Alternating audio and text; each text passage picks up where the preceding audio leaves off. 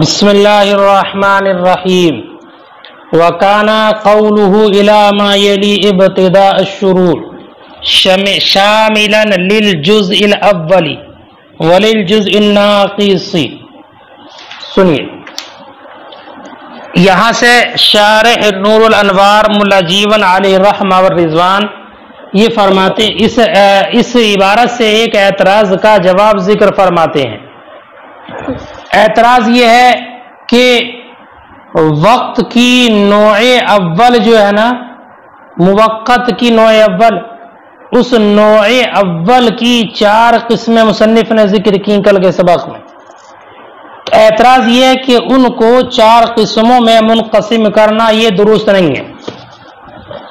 اس لیے کہ ماتن کا جو قول ہے ما یلی ابتداء الشروع، یہ معنی اس کا ہے کہ جو نماز کو شروع کرنے سے جز متصل ہو،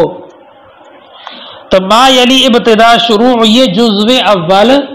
اور جزو ناقص دونوں کو شامل ہے۔ وجہ اس کی یہ ہے کہ جزو اول بھی نماز کے واجب ہونے کا سبب اسی وقت بنے گا جبکہ جزو اول میں نماز کو شروع کیا جائے، ایسے ہی جزو ناقص نماز کے وجوب کا سبب اسی وقت بنے گا جب اس جزو ناقص میں نماز کو شروع کیا جائے۔ لہذا اگر کسی نے جزو اول یا جزو ناقص میں نماز کو شروع نہ کیا تو نہ یہ جزو ناقص اس کے وجوب کا سبب بنے گا اور نہ جزو اول اس نماز کے وجوب کا سبب بنے گا۔ تو حاصل کلام یہ کہ جزو اول ہو چاہے جزو ناقص دونوں اسی وقت سبب بنیں گے جبکہ نماز کو ان وقتوں میں شروع کیا جائے، جبکہ نماز کو اس میں شروع کیا جائے۔ اور ما یلی ابتداء شروع یہ جو ہے نا یہ اس کو شامل ہے، یہ اس کو شامل ہے، اس لیے کہ نماز جب جزو اول میں شروع کی جائے گی تو جزو اول نماز کو شروع کرنے سے متصل ہوگا، اور نماز کو جب جزو ناقص میں شروع کیا جائے گا تو جزو ناقص نماز کو شروع کرنے سے متصل ہوگا۔ تو مصنف کا قول ما یلی ابتداء شروع جزو اول کو بھی شامل اور جزو ناقص کو بھی شامل۔ تو جب یہ جزو اول جزو ناقص دونوں کو شامل ہے تو اس جزو اول اور جزو ناقص کو علیحدہ علیحدہ بیان کرنے کی کوئی حاجت نہیں تھی، بلکہ صرف مصنف یہ فرما دیتے وَهُوَ إِمَّا أَن يُضَافَ إِلَى مَا يَلِي ابْتِدَاءَ الشُّرُوعِ أَوْ إِلَى جُمْلَةِ الْوَقْتِ، یعنی وقت کی نوع اول جو ہے اس کی 2 قسمیں ہیں، ایک تو یہ کہ جو وقت کے اس حصے کی طرح منسوب ہو جو نماز کو شروع کرنے سے متصل ہے، اور ایک یہ کہ وہ پورے وقت کی طرح منسوب ہو۔ تو اب اول قسم جو ہے الی ما یلی ابتداء شروع، اس میں تینوں قسمیں شامل ہو جاتی ہیں، لیکن علیحدہ سے مصنف نے کیوں ذکر فرمایا؟ بیٹا جواب سنیں۔ جواب یہ ہے کہ جمہور علماء کے نزدیک وقت کا جزو اول یہ محتم بالشان ہے۔ جمہور علماء کے نزدیک جزو اول جو ہے نا، ہر نماز کا جزو اول یہ محتم بالشان ہے۔ یہی وجہ ہے کہ حضرت امام اعظم رضی اللہ تعالیٰ عنہ کے علاوہ تمام ائمہ نے جزو اول میں نماز کو ادا کرنے کو مستحب قرار دیا ہے۔ امام اعظم کے علاوہ تمام ائمہ نے یہی کہا ہے کہ نماز کو اس کے جزو اول میں ادا کرنا یہ مستحب ہے۔ تو جزو اول یہ محتم بالشان ہے، اس وجہ سے مصنف نے اس کو علیحدہ اور صراحتاً ذکر فرمایا ہے۔ اور اسی طریقے سے جزو ناقص جو ہے نا اس کو الگ سے اس لیے ذکر فرمایا کہ اس میں امام ظفر کا اختلاف ہے، تو اختلاف کی وضاحت کرنے کی وجہ سے جزو ناقص کو الگ سے صراحتاً ذکر فرما دیا ہے۔ آگے امام صاحب نور الانوار یہ فرماتے ہیں کہ یہ تمام باتیں اس وقت ہیں کہ جب نماز کو وقت میں ادا کیا جائے۔ اگر نماز کو وقت میں ادا نہیں کیا گیا بلکہ وقت کے بعد ادا کیا گیا، نماز کا وقت چھوٹ گیا ہے، تو اب وجوب جو مضاف ہوگا وہ کل وقت کی جانب، اس لیے کہ کل وقت کو سبب بنانے سے جو مانع تھا وہ اب زائل ہو چکا۔ پڑھا آپ نے کل کے سبق میں کہ کل وقت کو سبب بنانے سے جو مانع تھا وہ وقت کا ظرف ہونا،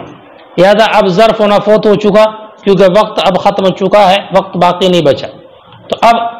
قضا نماز کے لیے پورے کا پورا وقت اس کے وجوب کا سبب بنے گا، لہذا جب کل وقت قضا کا سبب ہے تو اب وہ قضا کامل واجب ہوگی۔ وہ کیسی واجب ہوگی؟ کامل۔ جب کامل ہے تو اس کی ادائیگی بھی کامل ہی ہوگی، ناقص وقت میں ادا کرنے سے وہ ادا نہیں ہوگا، ہے نا۔ اسی کو مصنف نے اشارے کے ذریعے ذکر کیا ہے اپنے اگلے اس قول میں، فلہذا لا يتعدى عصر امسی، آگاتا پر اس کا ترجمہ لگائیں۔ فرماتے ہیں وکانا قولہ الی ما یلی ابتداء شروع، اور مصنف کا قول الی ما یلی ابتداء شروع یہ شامل ہے جزو اول کو اور جزو ناقص کو، لأن الجزء الاول والجزء الناقص انما يصير سببا لوجوب الصلاة اذا شرع فيه، اس لیے کہ جزو اول اور جزو ناقص یہ سبب بنتا ہے وجوب نماز کا جب کہ شروع کیا جائے اس میں، اما اذا لم يشرع فيه، لیکن جب اس میں شروع نہ کرے لم يصير سببا تو اس کا سبب نہیں بنتا،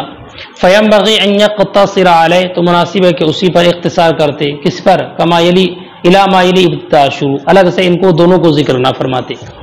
الا ان الجزء صحیح جواب ہے، مگر جزء اول اہتمام شان ہی، محتم شان ہونے کی وجہ سے جمہور علماء کے نزدیک، وصرح بھی، اور اس کی تصریح کی، حتی ذهب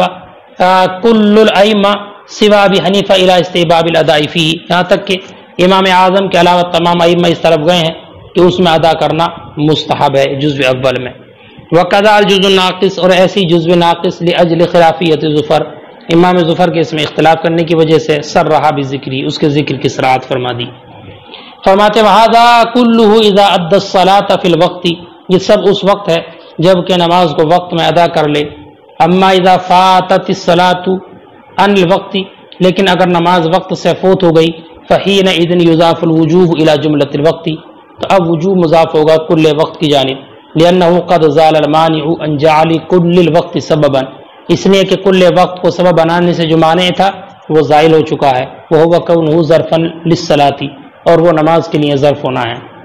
لأنہ لم یبق الوقت، اس لیے کہ وقت باقی نہیں بچا ہے۔ فلما کان کل الوقت سببا للقضاء، تو جب کل وقت قضا کا سبب ہے وہ کامل، اور کل وقت وہ کامل ہے، فحینئذ تجب الصلاۃ کاملہ، تو اس وقت میں نماز کامل واجب ہوگی، فلا يتعدى الا فی الوقت الکامل، تو وہ نماز ادا نہیں ہوگی مگر وقت کامل میں۔ وإلیہ اشار بقولہ، اور اسی کی طرح مصنف نے اشارہ کیا اپنے اس قول کے ذریعے۔ فرماتے ہیں فلہذا لا يتعدى عصر امسہ فی الوقت الناقص، یہی وجہ ہے کہ کل کی عصر کی نماز، کل یعنی گزشتہ کل کی عصر کی نماز ادا نہیں ہوگی وقت ناقص میں، بخلاف عصر یومہ، بخلاف آج کی عصر کی نماز کی۔ تفسیر فرماتے یعنی فلأجل ان سبب وجوب عصر اليوم هو الوقت، یعنی اس وجہ سے کہ آج کی عصر کی نماز کے وجوب کا سبب وہ وقت ناقص ہے، کہ اگر آج کی عصر کی نماز ابھی نہیں پڑھی ہے اور آخر وقت میں پڑھنا شروع کر رہا ہے تو جانتے ہیں آپ ادا سے جو متصل جز ہوگا وہی اس کے وجوب کا سبب ہوگا، اور وقت کی صفت کا اعتبار ہوتا ہے اور وقت ناقص ہے تو وجوب بھی ناقص ہوگا، اس وجہ سے کہ وجوب آج کی عصر کی نماز کے وجوب کا سبب وہ وقت ناقص ہے، اذا لم یؤدی فی الاجزاء صحیحہ، جب کہ اس نے اجزاء صحیحہ میں اس کو ادا نہ کیا، والسبب وجوب عصر الامس، اور عصر کی کل گزشتہ کی عصر کے وجوب کا سبب وہ کل الوقت، وہ کل وقت ہے الفائی جو چھوٹ چکا ہے الکامل، اور وہ وقت کامل ہے۔ قلنا، ہم نے کہا، کیا کہا ہم نے یہ کہا ہے کہ کل گزشتہ کی عصر کی نماز آج کے وقت ناقص میں ادا کرنا جائز نہیں ہے، وقت ناقص میں ادا کرنا جائز نہیں ہے۔ اس کی وجہ یہ ہے کہ جب نماز اپنے وقت سے فوت ہو گئی اور تو وقت جو کل وقت ہے نا وہ پورا وقت اس نماز کے وجوب کا سبب بنے گا، اور آج کی جو عصر کی ادا نماز ہے اس میں پورا وقت سبب نہیں بنتا ہے بلکہ صرف وہی جز سبب بنتا ہے جو ادا سے متصل ہے، اور وہ جز ناقص ہے، تو ناقص کی ادائیگی ناقص میں ہو جائے گی، لیکن جو کل گزشتہ ہے اس کا کل وقت وجوب کا سبب بنتا ہے، اور وہ کل وقت اکثر اجزاء کے اعتبار سے کامل ہے، یعنی کل گزشتہ کی عصر کی نماز کا جو وقت ہے تو پورا وقت کامل ہے، اگرچہ بعض اجزاء اس میں ناقص بھی ہیں لیکن اکثر کے اعتبار سے وہ کامل ہے، اکثر کے اعتبار سے وہ کامل ہے، لہذا اب اس کی قضا وقت کامل میں ہی ہوگی، وقت ناقص میں ادا نہیں ہو سکتی۔ ہاں آج کی عصر کی نماز وقت ناقص میں ادا ہو جائے گی۔ کیوں؟ اس لیے کہ جب اس نے وقت اول وقت صحیح میں اس کو ادا نہیں کیا اور اس نماز کی جو شروع ہے وہ متصل ہو گئی جزو ناقص سے، تو اب یہ جزو ناقص ہی اس کے وجوب کا سبب بنے گا، لہذا اب اس کو ویسی ادا کر دے گا جیسی کہ واجب ہوئی ہے اور ناقص واجب ہوئی ہے، اس لیے ناقص اس کی ادائیگی ہو جائے گی۔ قلنا ہم نے کہا لا يتعدى عصر الامس فی الوقت الناقص، ادا نہیں ہوگی کل گزشتہ کی عصر وقت ناقص میں، لأنه لما فاتت الصلاة عن الوقت، اس لیے کہ جب نماز چھوٹ گئی اپنے وقت سے، کان کل الوقت سببا، تو کل وقت سبب ہوگا، وہ کامل باعتبار اکثر اجزائہ، اور وہ کامل ہے اپنے اکثر اجزاء کے اعتبار سے، وان کان یشمل علی الوقت الناقص، اگرچہ وہ وقت ناقص کو بھی شامل، فلا یصح قضاؤه الا فی الوقت الکامل، تو اس کی قضا صحیح نہیں ہے مگر وقت کامل۔ ویتعدى عصر یومہ فی الوقت الناقص، اور ادا ہو جائے گی آج کی عصر کی نماز وقت ناقص میں، لأنه لما لم يؤدي في الوقت الاول، اس لیے کہ جب وقت اول میں اس کو ادا نہیں کیا، واتصل شروعه في الجزء الناقص، اور نماز کا شروع کرنا یہ متصل ہو گیا جزء ناقص سے، كانت هو سببا لوجوبه، اب وقت ناقص ہی اس کے وجوب کا سبب ہوگا، فيؤدي ناقصا كما وجب، تو یہ اس کو ناقص ادا کرے گا جیسے کہ واجب ہوئی۔ ولا يقال ان من شرع صلاة العصر، یہاں سے بیٹا ایک اعتراض اور اس کا جواب مصنف نے ذکر فرمایا ہے۔ اعتراض سنیے، اعتراض یہ ہے کہ اگر کسی انسان نے نماز عصر کو اس کے اول وقت میں شروع کیا، پھر نماز عصر کو اس نے تعدیل اور وغیرہ کے ساتھ نماز کو لمبا کیا، تعدیل ارکان وغیرہ کو کافی لمبا کیا، قرات لمبی کی، رکوع سجدہ لمبا کیا، تو اس نے نماز کو لمبا کھینچ دیا، اتنا لمبا کیا کہ سورج غروب ہو گیا، تو یہ نماز ناقص تام ہوئی ہے، کیونکہ وقت ناقص میں اس نے اس کو مکمل کیا ہے اور نماز کو شروع کیا تھا وقت کامل میں، تو اب اس نے نماز جو وقت کامل میں شروع کی تھی، تو اب اس نماز کو پورا کیا ہے وقت ناقص میں، یہ ادائیگی کیسی ہے؟ تو نماز تو کامل واجب ہوئی نا، کیونکہ نماز کے شروع سے کامل وقت متصل تھا، لیکن اس نماز کو ادا کیا گیا صفت نقصان کے ساتھ، تو اس کا جواب یہ دیا ہے کہ ہم یہ کہتے ہیں کہ یہ جو لازم آ رہا نا کہ یہ نقصان لازم آئے گا اور وقت مکروہ میں اس کی نماز کو پورا کرنا لازم آئے گا، یہ لازم اس وجہ سے آتا ہے کہ اس نے عزیمت پر عمل کیا ہے، کیوں؟ اس لیے کہ عزیمت ہر نماز میں یہی ہے کہ اس نماز کو اس کے مکمل وقت میں ادا کیا جائے، یعنی اتنا تعدیل کو لمبا کر کے نماز پڑھی جائے کہ نماز پورے وقت کو گھیر لے، اور نماز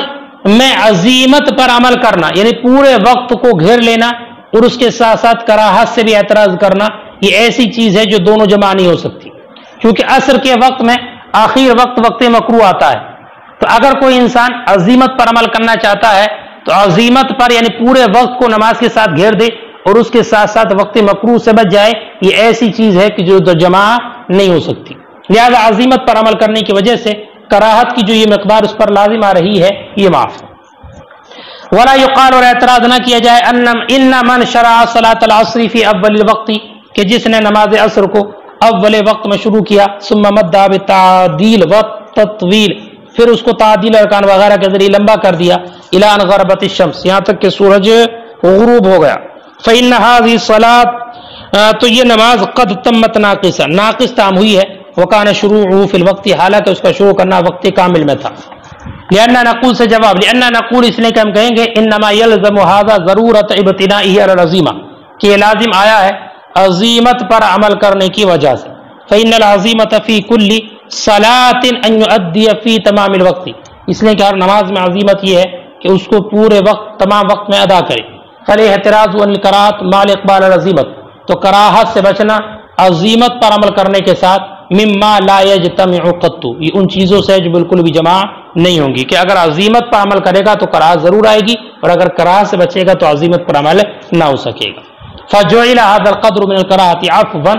تو کراہت کی اس مقدار کو معاف مانا گیا، اس کو معاف رکھا گیا۔